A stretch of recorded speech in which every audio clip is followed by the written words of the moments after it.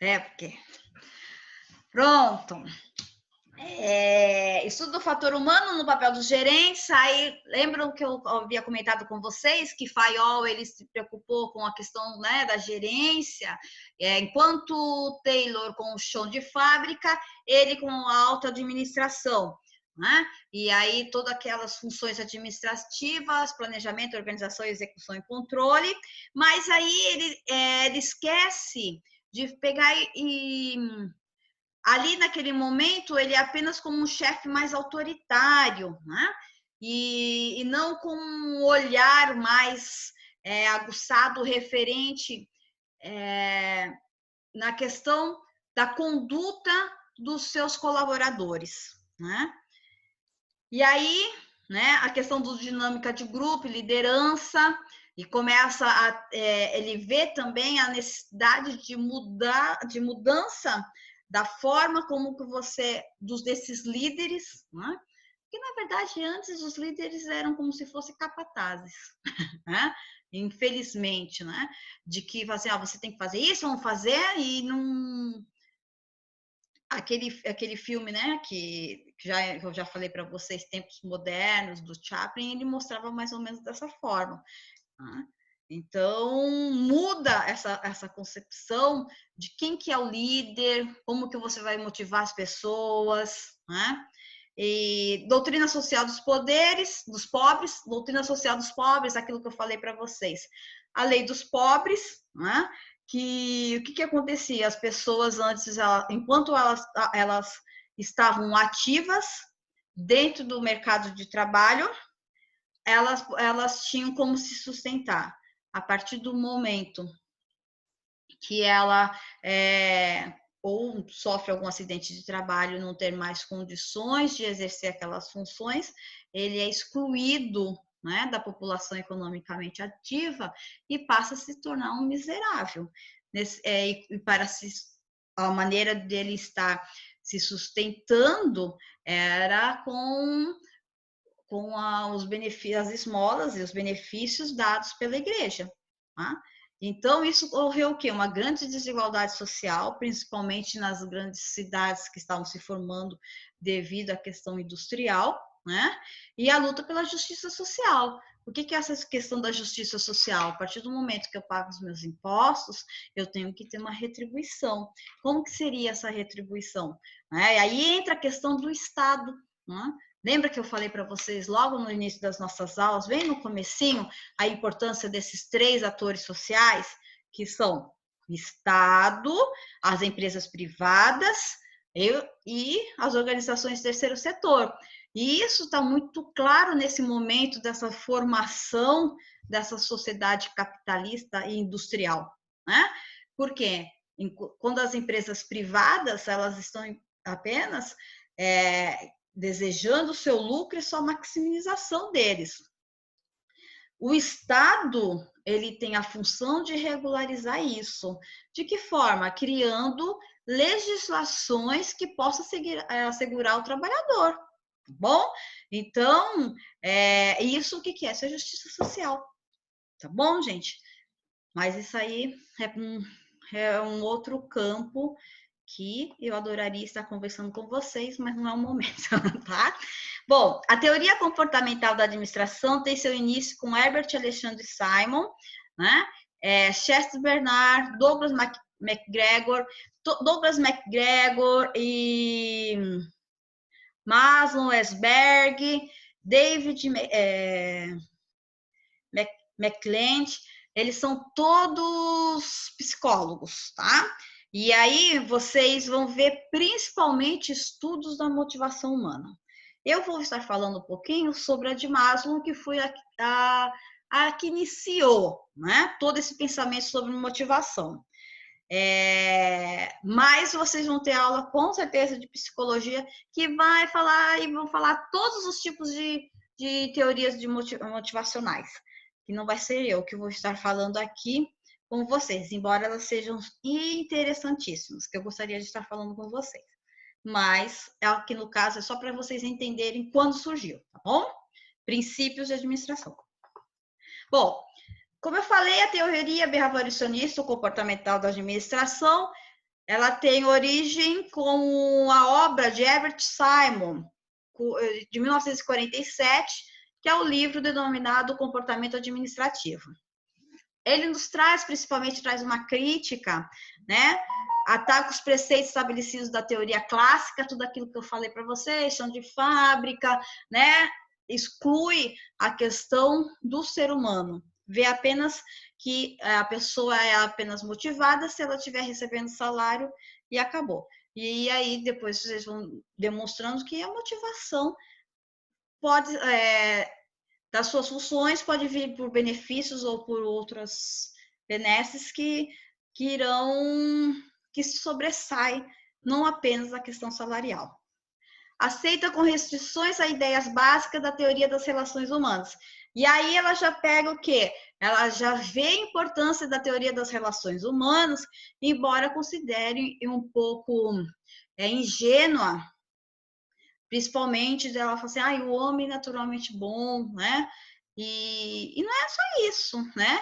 Nós sabemos o tipo de comportamento que vai dentro das nossas organizações, as personalidades que os nossos colaboradores têm, né? E algumas vezes, algumas pessoas, elas podem melhorar e muitas vezes não querem, né? Devido a outros motivos e tudo mais.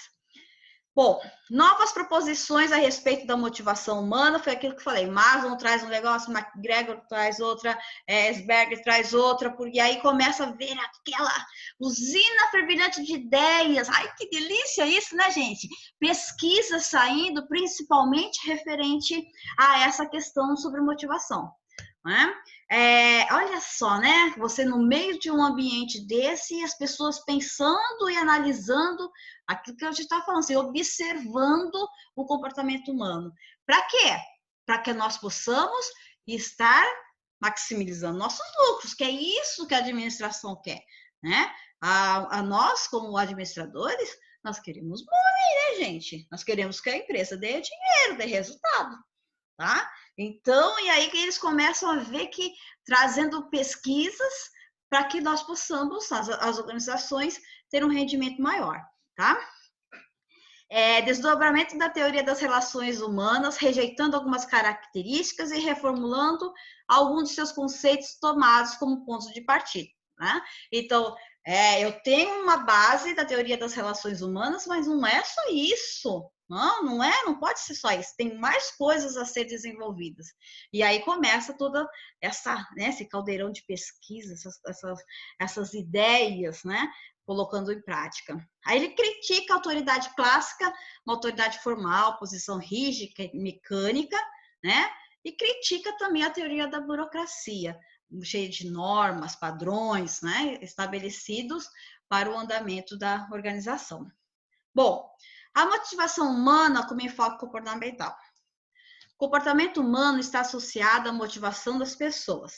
Essa teoria marca a mais forte ênfase na ciência do comportamento na teoria administrativa e a busca de soluções democráticas e flexíveis, tá bom? E aí nós trazemos o capital humano para dentro das organizações. O olhar passa a ser pela dinâmica dos grupos, né? O ser humano, né, como centro do olhar das organizações. Olha que legal. Bom, a origem da teoria comportamental da administração são as seguintes. Vou mais aqui. A oposição ferrenha e definitiva da teoria das relações humanas, com sua profunda ênfase nas pessoas, né? Em relação à teoria clássica, sua profunda ênfase nas tarefas e na estrutura. Caminhou lentamente para o segundo estágio, a teoria comportamental. Ou seja, não é a questão apenas das tarefas, não é apenas as pessoas, é o comportamento desses indivíduos dentro da organização, o que faz com que essa empresa se mova, bom, essa engrenagem. A teoria comportamental representa o desdobramento das teorias das relações humanas, rejeitando concepções ingênuas e românticas das teorias das relações humanas. Foi aquilo que eu falei para vocês. Ai, o homem é bom, o homem ele gosta de estar no ambiente de trabalho. Tem gente que não gosta de estar no ambiente de trabalho, vai lá simplesmente para ter seu sustento. Tá? Então, é isso que, assim, a teoria das relações humanas, não, ela dizia assim, não, eles gostam de estar lá, de exercer suas funções. Então, essa é a questão da concepção ingênua. E, na verdade, tem gente que realmente vai lá, se satisfaz, está trabalhando e tudo mais. Tem gente que vai lá só para ganhar dinheiro. Para pegar dinheiro, não, né? O seu salário. Se é para ganhar dinheiro, você está motivado, você quer ganhar cada vez mais, né? Ser mais produtivo, tentar, né, almejar alguns pontos da carreira e tudo mais. Não é o caso aqui. Bom, a teoria comportamental é crítica à teoria clássica, havendo autores que veem o behaviorismo, o comportamento, né, uma verdadeira antítese, diferente da teoria da organização formal, aos princípios gerais da administração, ao conceito da autoridade formal e à posição rígida e mecânica dos autores clássicos, tá? E o que eu falei, né? Ela começa já aqui está redundante, né? Falando assim que eles veem até a questão do comportamento, né, diferenciado da questão simplesmente do trabalhador estar fazendo aquela tarefa. Não, o trabalhador ele precisa estar interagindo, ele precisa estar em constante relação social com a sua equipe, se sentindo fazendo parte do time, né? Nós chamamos também assim. Bom, com a teoria comportamental, deu-se a incorporação da sociologia da burocracia, aplicando o campo da teoria administrativa, né? Ou seja, né? Lembra que eu falei para você que nós estudamos que a burocracia, a questão das normas, que são importantes, né? Só que nós não podemos estarmos extremamente rígidos, porque o que acontece? Se eu for muito rígida com a questão da burocracia, eu deixo de ser flexível. Tá? Então, por isso que entra essa nova questão da teoria administrativa. Eu preciso ser mais flexível, até porque hoje as próprias organizações elas são flexíveis. Aquele organograma, né, que nós tínhamos o chefe, os administradores e depois os colaboradores, não existe mais, né? Elas estão o quê? Linear.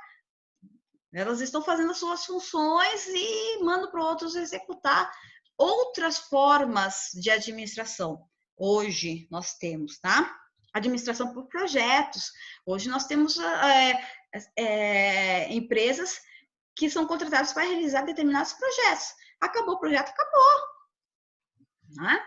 Vai lá, exerce aquilo, faz o projeto, põe em execução, acabou. Né? Hoje nós temos empresas que são assim. Modelo de máquina, né? Que é aquela que adota representar uma organização, mecânico, aquela coisa mecânica. E não é. A administração é orgânica, ela é viva. Tá? Ela não pode simplesmente ser uma engrenagem. Tá? Senão, não dá certo. Em 1947, surge um livro que marca o início da teoria comportamental na administração, o comportamento administrativo de Herbert Simon, ou seja, né, o que registra, o que marca a questão da teoria comportamental. É um ataque aos princípios da teoria clássica e a aceitação com os devidos reparos e correções das ideias das relações humanas. A teoria comportamental surge no final da década de 40 com uma definição total dos conceitos administrativos ao criticar as teorias anteriores. Tudo isso eu já falei para vocês. Vou trazer aqui... Bom, então vocês entenderam, né? Espero que sim. Se não entenderem, por favor, me chamem. O que aconteceu a teoria comportamental? Vamos voltar na teoria clássica, logo no começo, saindo da Revolução Industrial, surgimento das empresas, passa a ter o quê? ênfase nas tarefas, o estudo dos tempos e movimentos. Na administração científica, Fayol observa que, enquanto Taylor vê o chão de fábrica, Fayol vê a questão dos gerentes e dos chefes. Aí a teoria das relações humanas, ela pega e fala assim, gente, é o seguinte, eu posso estar aumentando a minha produção, não simplesmente de ver o meu processo produtivo, mas eu tenho que ver também as pessoas que exercem essas funções. Será que eu estou dando condições para que, eu dando condições para que as mesmas estejam realizando essas funções?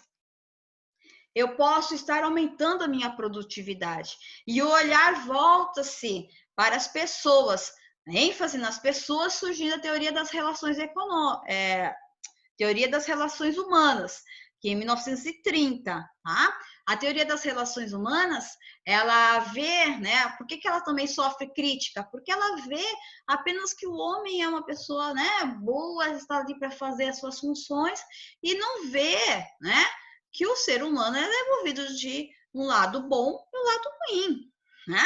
E que precisa o quê? Ter um equilíbrio sobre isso. E aí, em 1940, né, mas vai trazendo conceitos importantes como liderança, motivação, perfil dos líderes, né? Coisas que até então não eram conceitos que faziam parte da realidade da administração e que era necessário, né? E aí entra aqui umas séries de pesquisas e com elas surge uma nova teoria, que é a teoria comportamental, que está relacionada com uma forma como o homem se relaciona no ambiente, na sociedade, naquela instituição, naquele local, né? E aí nos traz mais ainda, com pesquisas extremamente mais sólidas, questões principalmente sobre motivação, que aí entram, né, bastante assim, a questão da psicologia, que estuda o indivíduo, e a psicologia social, que estuda o grupo, né, fazendo estudos, né, referente a essas as organizações e o comportamento dos indivíduos. Joinha? Entenderam? Entendi. Hein? Sim, Então tá. entendi. Então, tá bom. Então vamos lá, vamos continuar. Então eu vou trazer para vocês assim, aquela teoria que vocês vão ouvir falar pro resto da vida, em todos os lugares que você for. Por quê? Porque foi aquela que deu o pontapé inicial, né? Aquela que iniciou o jogo, que foi a teoria da pirâmide de Maslow, tá bom? Ela nos traz, principalmente, os primeiros olhares referente à teoria das relações, a teoria motivacional, tá bom? O que motiva? E ele nos diz, e depois surgiram outros, tá? Que eu não vou falar aqui, deixa para a professora de psicologia estar aprofundando esses conceitos para vocês, tá bom? A pirâmide de Maslow, ele nos diz o quê? Né? Que para que nós possamos estar passando pelos estágios, nós temos que estar com todas as nossas necessidades completas. Aí, assim, o que é a base da pirâmide? Você precisa estar, né? Você precisa comer, você precisa de água, você precisa de abrigo, você precisa ter condições de sono, para que você tenha condições de estar motivado. Se você está com fome, né? Isso né, principalmente a pedagogia nos demonstra isso. Criança com fome não aprende. Trabalhador com fome também não aprende. Né? Trabalhador com sono é até perigoso, né? Principalmente numa fábrica. Eu com sono fico insuportável, né? Ninguém me aguenta. Então, eu não estaria aqui se eu tivesse com sono, entendeu? Então, eu sou uma outra pessoa com sono. Me deixe sem comer, não me deixe sem comer também. Mas, assim, são problemas. Então, para que eu possa estar motivada, para que eu possa poder estar fazendo as minhas funções, eu tenho que ter essa necessidade completa. Só assim eu consigo passar para uma outra fase, né? Isso para o trabalhador. E minha família precisa estar em segurança, né?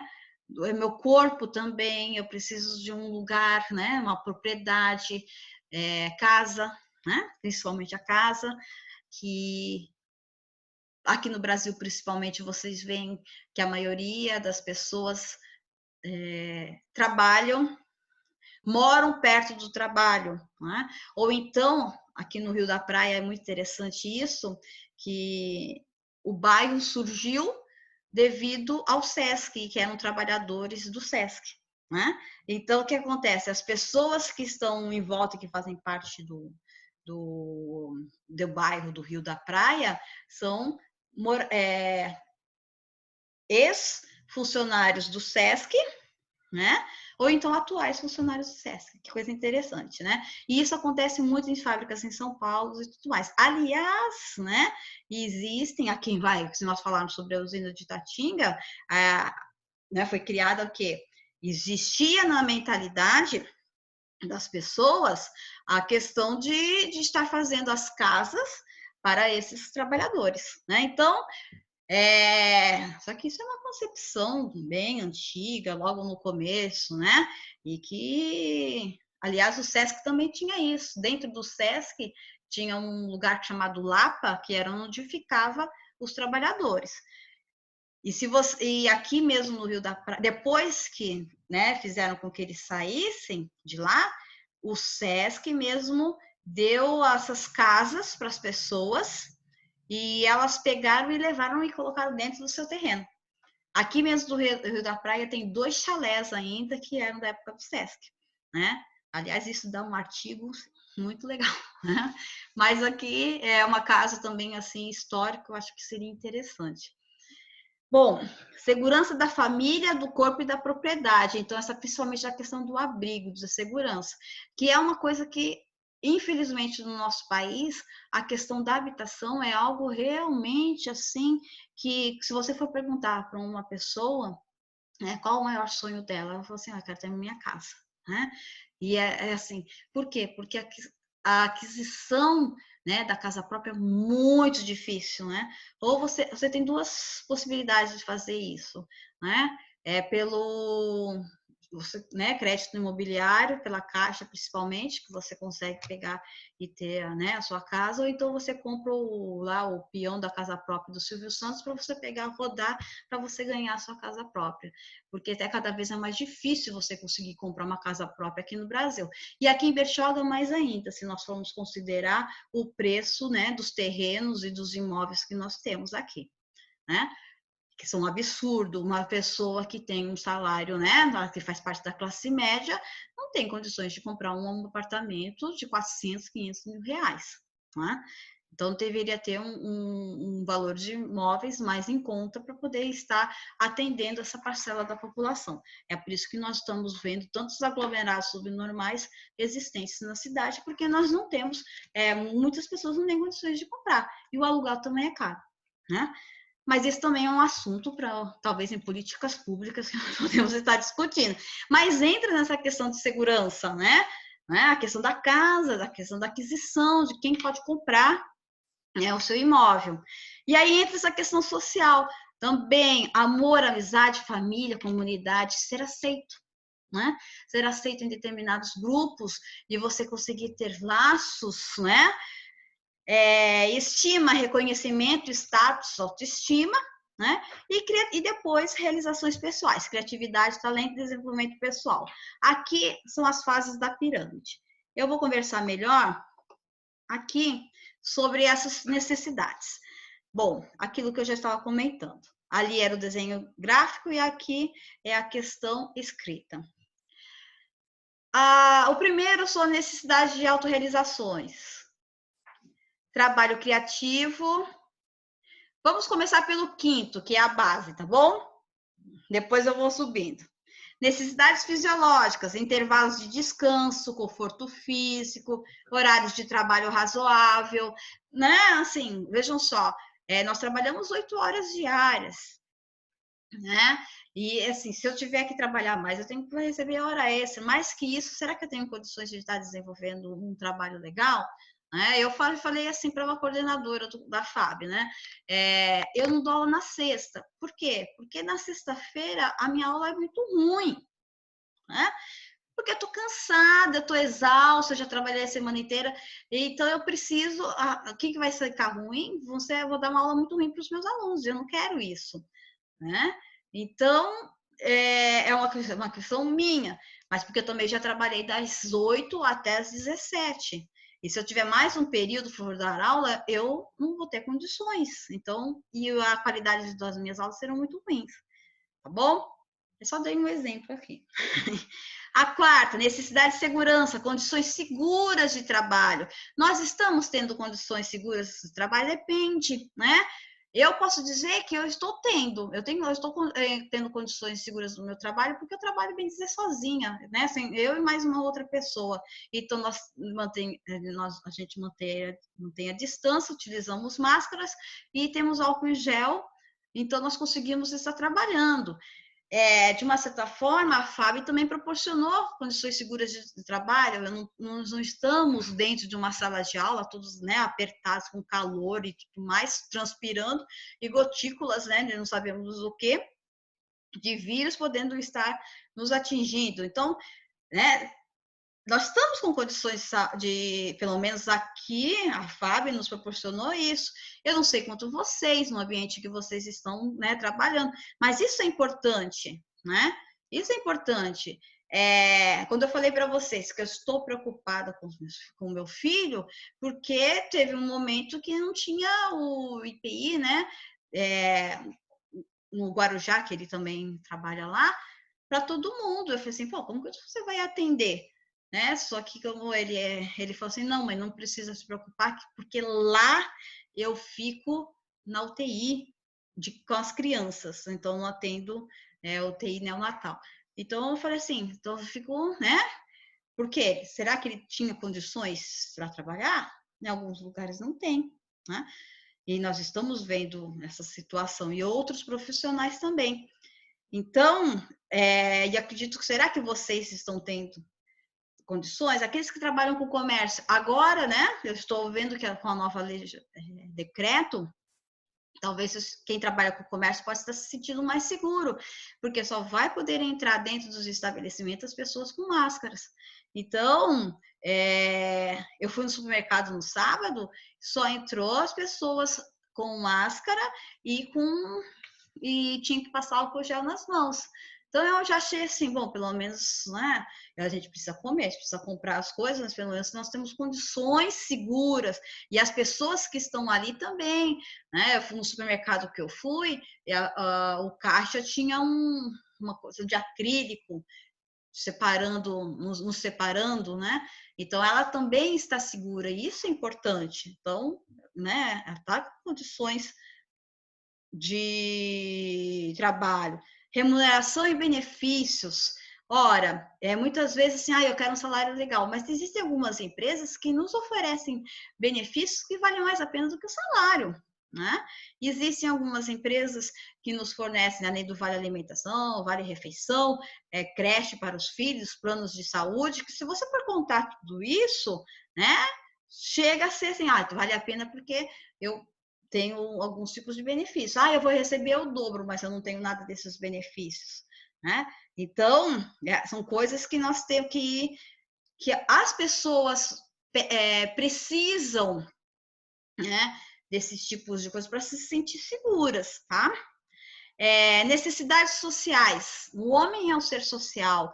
Eu acredito que a maioria, assim, no momento que nós estamos vivendo momentos muito difíceis. Por quê? Principalmente o brasileiro. O brasileiro, ele é muito em estar se reunindo, em estar conversando, de estar junto com a família, ao contrário de outras culturas que são mais reservadas, né? Então, nós temos essa questão da amizade, né? Que é extremamente importante do relacionamento.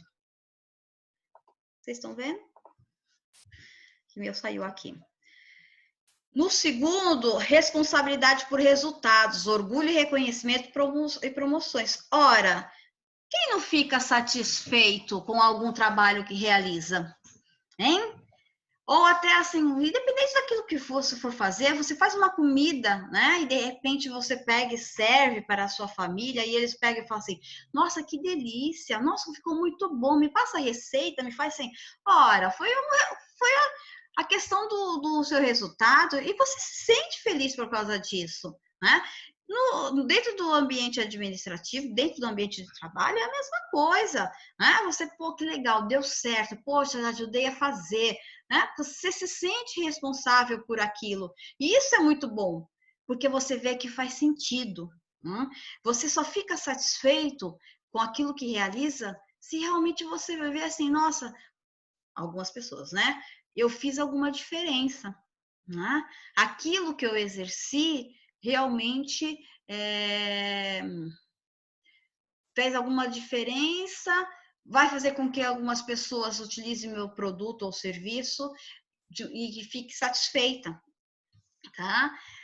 Agora, para chegar, todo mundo consegue chegar a todos esses níveis? Algumas, né, gente? Nós sabemos que não é todo mundo que consegue ter os intervalos de descanso, que tem um horário de trabalho razoável. Nós sabemos que não é todo mundo que tenha uma casa, que tem segurança. Nós sabemos que não é todo mundo, cada dia que passa, a sociedade ela está gozada, que todo mundo quer sair, mas ao mesmo tempo as pessoas estão cada vez mais em rede, né?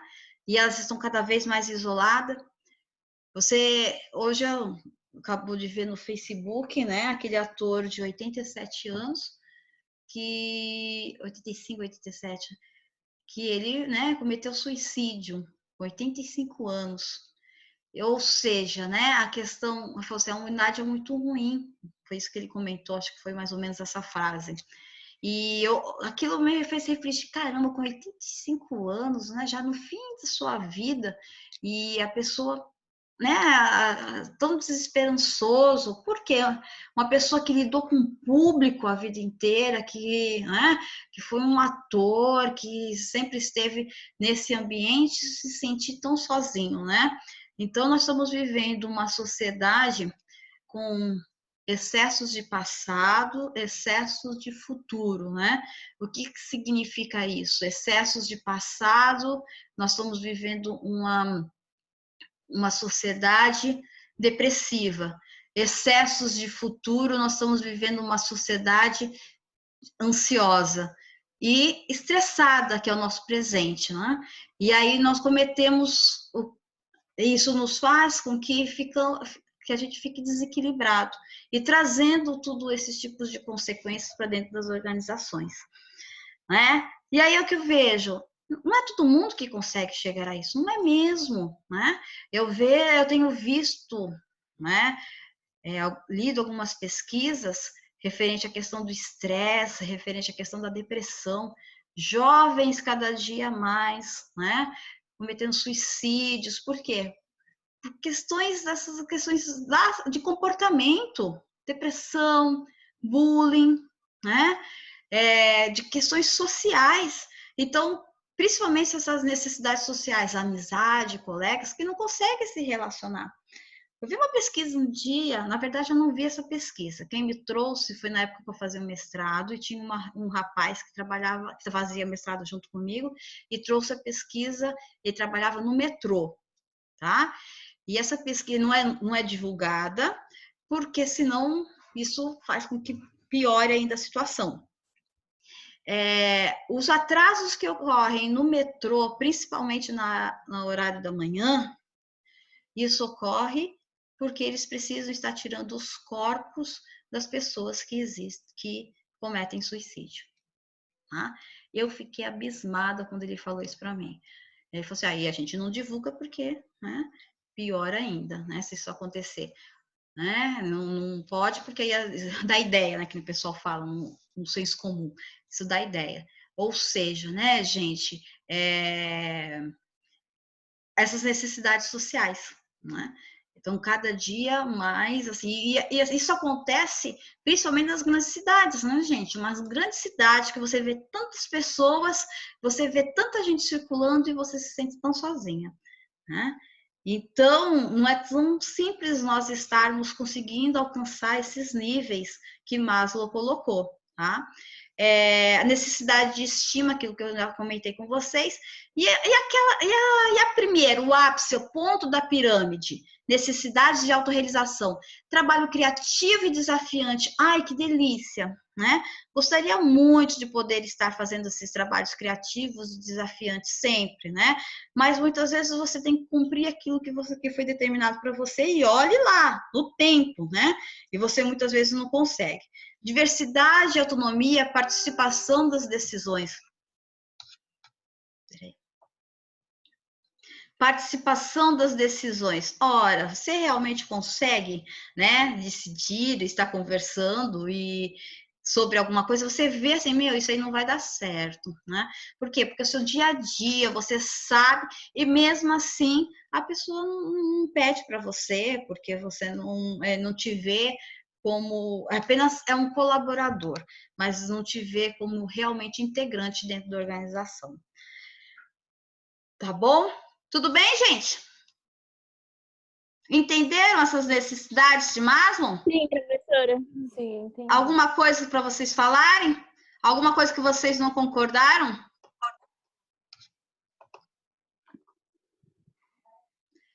Tá, mas então para poder falar um pouquinho sobre motivação, eu procurei. Eu sou fã de Mário Sérgio Cortella, tá? Então, eu tenho esses 3 livros aqui, ó, dele. Bom? Que são excelentes. Tá bom? E para poder estar falando um pouquinho sobre motivação, mas para que nós possamos estar apenas debatendo, não é nada assim muito profundo e tudo mais. Vamos lá, gente. Motivação é a porta que abre por dentro. Eu já havia falado sobre isso, né? Que está aqui no livro, esse livro aqui, ó, do Mário Sérgio Cortella. Vocês acreditam nisso? Vamos? É aberto agora.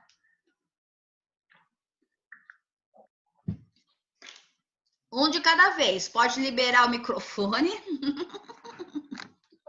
E podem estar falando, hein? Eu acho que sim, professora. É? Que a motivação vem de dentro. Então, o que acontece? Ela realmente vem de dentro. Ela realmente, quem vai fazer agir ou fazer determinada coisa será o indivíduo, né? É subjetivo. Entretanto, o que pode acontecer? Nós podemos estar estimulando. Né?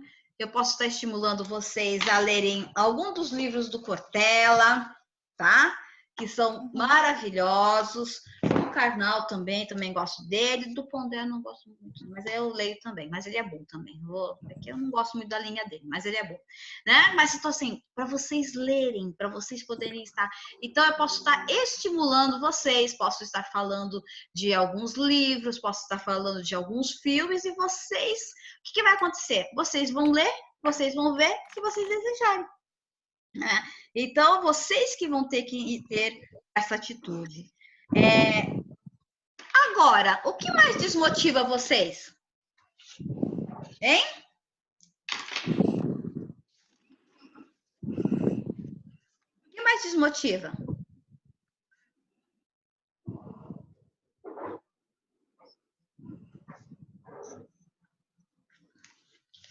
Pode falar. Aquilo que vocês não gostam, aquilo que você, poxa, eu tava tão animado, mas, pô, caramba, viu? Professor, eu vou falar. Pode falar. Eu acho que mais me motiva é a falta de valorização